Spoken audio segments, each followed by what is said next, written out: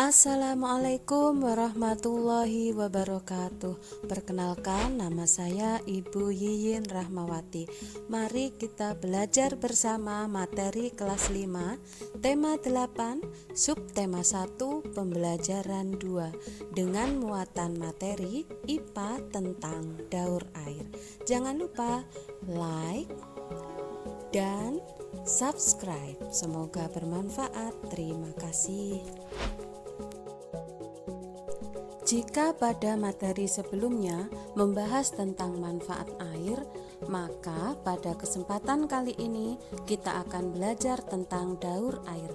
Apakah yang dimaksud dengan daur air? Mengapa air di bumi ini tidak pernah habis? Air di bumi ini tidak akan pernah habis karena mengalami daur air.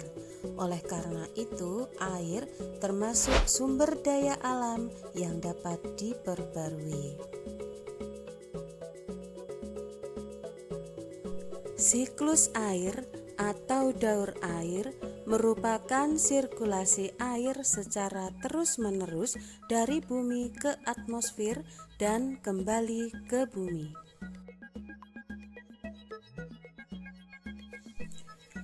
Perhatikan gambar daur air berikut. Siklus air dimulai dari menguapnya air dari berbagai sumber air karena pengaruh panas dari sinar matahari, misalnya air di laut, sungai, dan danau.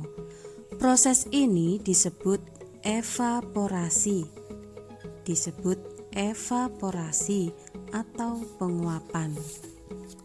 Dan sebagian air yang menguap berasal dari tanaman melewati lubang kecil di daun yang dikenal sebagai stomata. Peristiwa penguapan ini dikenal dengan istilah transpirasi. Pada saat suhu uap air turun, uap air akan berubah menjadi titik-titik air atau istilahnya mengembun. Titik-titik ini membentuk awan atau awan mendung. Proses ini disebut kondensasi atau pengembunan. Presipitasi merupakan proses hujan yang terakhir. Proses ini terjadi ketika awan mencair akibat suhu udara yang tinggi. Dalam proses inilah hujan terjadi. Butiran-butiran air jatuh dan membasahi permukaan bumi. Air pada permukaan bumi sebagian meresap ke dalam tanah. Hal inilah yang disebut dengan infiltrasi. Jika terdapat cukup banyak air, maka infiltrasi ini akan bergerak terus ke bawah dari permukaan tanah.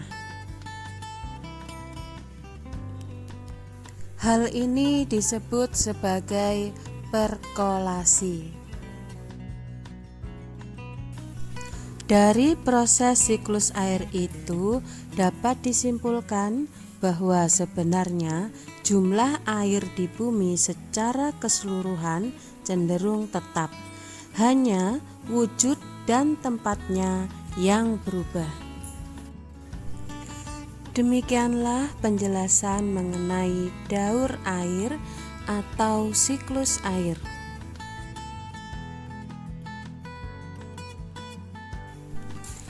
Selanjutnya, sebagai pemantapan kalian, maka kerjakanlah tugas berikut.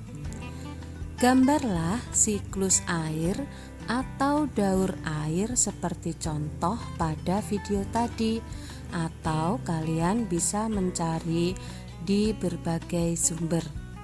Setelah itu, beri keterangan di bawahnya pengertian dari masing-masing keenam istilah tersebut.